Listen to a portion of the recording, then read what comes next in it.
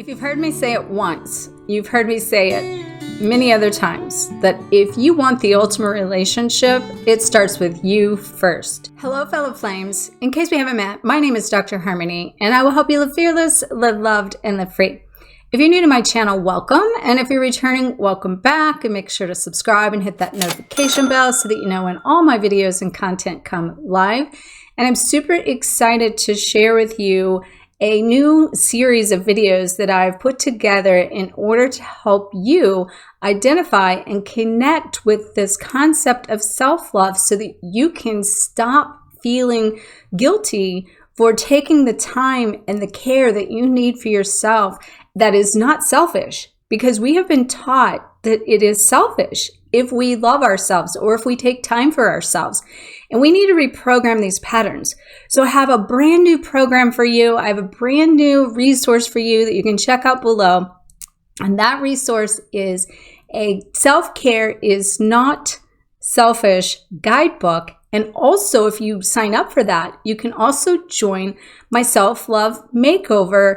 That is a 10-day series of emails and resources that you're going to get that's going to help you develop and practice new habits, new thoughts, new patterns of action. And this is making a commitment to the concept and the idea that you love yourself. And what better time than Valentine's Day to promote this? However, what I want to say is that we need to be treating ourselves like it's Valentine's every day. And again, if we want that ultimate relationship, we have to take the time to learn how to love ourselves and respect ourselves and know our own needs before we can expect anyone to show up and become our lover that we are desiring and that we deserve. People are so confused about the concept of self-love and what that means at the core. I know for me personally, that represents coming into an alignment of acceptance of who I am, what I've been through, what my thoughts, feelings, and experiences are, and learning how to find radical acceptance, compassion, and forgiveness for the things that I have put myself through in order to learn certain experiences. But in the process of that, we are learning how to come into the truth and the value of who we are. And to do that, we have to really take a deep dive into how do we really feel about ourselves? Are we accepting ourselves? Are we loving ourselves? Are we honoring that which how we feel in the moment? Or are we doing the complete opposite? Are we criticizing ourselves and being our own worst critic? Are we judging the thoughts, feelings, and emotions that we have and not allowing ourselves to connect and feel to those sides of our shadows that we have ran from so long? Are we engaging in destructive habits that are creating the repetitive patterns that we're trying to eliminate, and then we are having doubts about our abilities to let things go and judging the idea that we're repeating these patterns from a place of not getting it and sabotage, rather than realizing that we're really shifting from where we've been and where we're going in a process of creating something new and letting go of that which no longer serves us. So at the bottom and the core of that, are we worthy of spending the time on? Are we going to engage in things that are positive to help transform and affirm our ability to see and feel and honor and accept all the sides of us that we've cut off? So let's start by talking about the idea of what is self-love, being it's so confusing. As I mentioned, it's about accepting and loving yourself and loving who you are, while at the same time that you make sure that your thoughts, your feelings, your actions, your behaviors are following suit and alignment with who you are and what your needs are and what your values are. So part of my goal for you is to be able to see not only the benefits of being able to take care of yourself, but to do it without guilt and to do it without feeling like you're being selfish, or to eliminate the patterns and the programs that realizing when you put yourself first, you're really able to fill up your own love bank. And then that fills you up with more to give others so that you can really embrace and embody this concept. Because we have been going through so much of the idea of we need to love ourselves, and we've been awakening to that, and we see that, but it's coming from our mind. And now it's time to embody and it in our being and really learn what that means. And it's going to take a self-love, self-care practice to be able to do that on a regular basis. It is no different than wanting to go and do a bikini competition for weight building and to not have to show up at the gym every day to work out to gain the muscle and the physique that you need in order to do the exercises that it takes for you to achieve that dream or that vision. And we are moving beyond these limitations and limiting thoughts and experiences. And we're moving into the idea of this quantum field that I've been talking about. And I have a series on that I started, but this one kind of trumped it. And I will come back to that and share more about that because I have more about that that's coming through. So stay tuned for that if you've started watching that. We need to not just embody this self-care, self-love concept, we need to practice it so that as we become filled and fulfilled up with the love that we're giving ourselves, then we're not expecting anybody else to show up and love us. And then it's starting to integrate in our lives because we're showing up for ourselves. And we're learning how to do that in a way that I'm going to teach you in this process 6 concepts that is going to be the aspects of you in order for you to collect these aspects so that you can embody and embrace these parts of you so you can become whole and complete. And that is what the truest essence of self-care and self-love is becoming whole with who you are in all aspects, all facets, and all parts of you. So to give you an idea of the 6 aspects of yourself that we're going to dive into within the series of videos that I'm doing and also in the Self-Love Makeover that you can connect to and sign up for below. The first one is self-worth. That's going to be so important for us to be worthy of love. And worthy of love comes from a place, are we giving it to ourselves? Are we worthy to show up for ourselves? Are we worthy to experience it? The second one is going to be self-awareness. And how can we really come into the aspect of who we're to be if we're not aware of who we are, if we're not aware of our own needs, if we're not aware of our own desires and our dreams and how we feel? If we can't see these things from the highest place in the highest version of ourselves and have that love and that compassion and to, first of all, feel worthy that we deserve the things we desire, but we have to be fully aware of what it is and who we are before we can really love ourselves. So that's another thing that I'm going to really teach you in this process as we go through this series. So make sure to stay tuned for this entire series. And if you're not already done so, subscribe and hit that notification bell so that you know when these videos come live, because they are going to be priceless on some of the things I'm going to be teaching you here and the ways you can do such things. The third one that we're going to dive into is the self-care. And so ways of allowing yourself to experience self-care, some ways that you can implement into your daily life that allows you to feel like you matter, like you love yourself, and that you show up for yourself first and foremost before you give yourself away. And then again, that's filling you up and you're not feeling the void of what is missing because you're not honoring your own needs. The fourth aspect we'll dive into in this series is all about self-respect and learning how to stand up, show up, speak up for yourself so that you teach other people how to do the same for you. And then we'll dive deep into the self-esteem aspect, and where self-worth is about that we're showing up for ourselves in a way that we matter. The self-esteem has to do with us coming into the acceptance of our strengths and our weaknesses so that we can not sabotage the actions and the thoughts and the feelings from a place of these are our characteristics, and we can build that confidence in ourselves that gives us the fuel that we will be able to then come into this place of a passion, confident side to make a commitment for ourselves.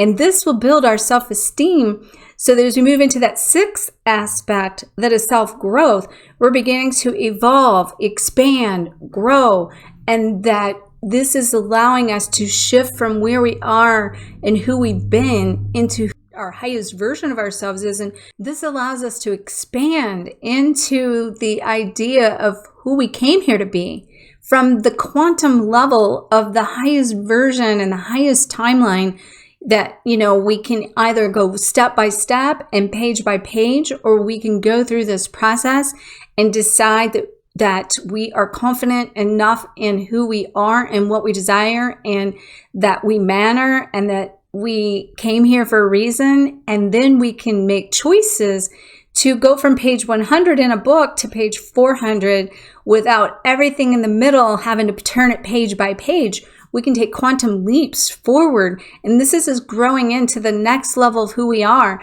And to do that, we really have to come into this place of loving ourselves. And I've been taught that it's kind of like become this new age weird concept, right? Or maybe we haven't in the spiritual realm, because we know why this is happening in this self-love revolution. But in society, in the collective, everyone is waking up to what used to be weird, what used to be the new age concept, what used to be voodoo, and what used to be selfish if you even thought about taking the time for yourself. So what I'm saying here is the programs are still operating in that. And as we move from this idea of self-love and we literally begin to embody it and implement it and integrate it into our lives, we're being asked to shift through it, and this idea of practicing it, so that in the process, we're developing new habits and new thoughts. And this is going to help us transcend any doubts and the limitations and move into this level of life that we've only dreamed of up until now. So let's talk about a few of the misconceptions of self-love and why we've been programmed with the idea that it's not okay to take care of ourselves. The first one is because we've been trained and taught that self-care is a luxury, and that, it's something to indulge in. It's something that only, like, say, the rich and famous can go and get certain treatments and spa treatments done, or have a chef, or eat the right foods, those sorts of things, or have the time to go to the gym. And in the real world, we don't have time for these things, right? Well, as we move forward and we move out of this society's belief system that's not even our own, and we're shifting beyond the excuses of this being selfish and even narcissistic behaviors that people have in regards to, maybe you're in a relationship, and if you try to go and take care of yourself, somebody can project onto you that you don't love them because you're not giving them the attention they need. But you are being asked to call back your power and to step forward without the shame and the guilt, to take the time you need for yourself. So it wouldn't be complete talking about self-care if we didn't dive deeper into that selfish concept, because it is an emotion that we have been programmed with, that we feel this guilt that if we do something for ourselves, we're neglecting something else, or we're neglecting someone. I mean, I have this, clients tell me this all the time, and I've experienced this, where I will begin to start my day and feel like this desire to be pulled to maybe do this project or work on this thing, and that I need to get this done. And it's a program running that I need to be on the rat on a wheel running with these things I do, rather than start my day by taking care of myself first before I put the energy into that. Now, what I will tell you in that is that me putting the time into my day in the morning might change. It might some days be I get more writing in of journaling. Some days I might get in my exercise and meditation, and some days I get in all of them. But it's not about, what you necessarily get in that matters. It's that you get in what you need at the moment that makes a difference. And this is going to, over time, allow you to start feeling like you're taken care of. And this is going to help you shift in that concept of your mind, body, heart, and spirit, to know that you can learn how to manage stress and anxiety, and that you can stop fighting the idea that it's okay to take care of yourself. And if you don't, no one's going to take care of you until you do. So this might be my favorite excuse as to why people can't experience self-care. And that is that they think it's too expensive. And the thing is, when you look at the idea, I'll give you an example. When I was a chiropractor many years ago, and I was out teaching people the holistic wellness 20-something years ago, before this was mainstream, I would teach them to shop for organic foods and take time for meditation and exercise and all these things. And even just seeing me as a chiropractor as a proactive maintenance mode versus reactive mode, that I can only go and indulge in those things if I'm in pain. I can see a chiropractor, but why wouldn't you see a chiropractor in order to prevent pain, right? So self-care is like a preventative mode, and you can't put a price tag on that. You cannot put a price tag on the concept that taking your vitamins and taking things that's going to prevent you from getting ill is cheaper than it is to, like, you can't put a price on your health.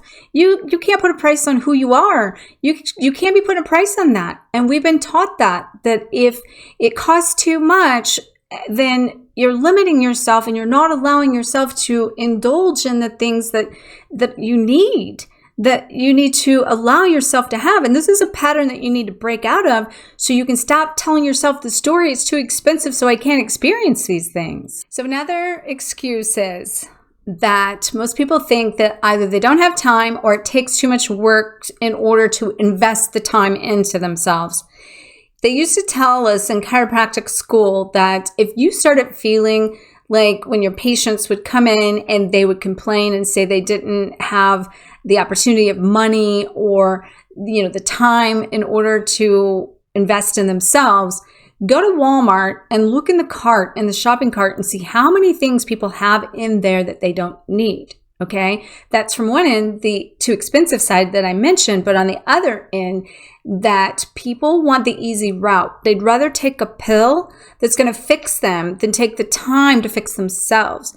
And so it does take some time and practice to incorporate and to do meditations and exercise and eat right and read. I mean, it's a full-time job. And I've said for a long time now that I've shifted into this self-care mode that I'm high maintenance. But the thing about it is, it is time consuming, but the thing is, like anything, if you don't get started and you don't make the habits and you don't create the space for it, then you're not going to be able to create the balance that it comes along with your everyday life of shifting into the more positive energy. And another thing I can tell you, it takes more energy and more time to complain and to focus on the negative things and to be drained because of why you coulda, shoulda, can't, all the excuses, than it does that if you just let go of the excuses and you put your energy into the doing, you actually spend more and less time and energy on doing it than you do figuring out why you can't do it. And here's another one that's huge. It's bigger than what people think when it comes to self-care, is the fear of failure. The fear of the fact that you're going to do it wrong, or you're going to make a mistake, or you have to do it like this certain way.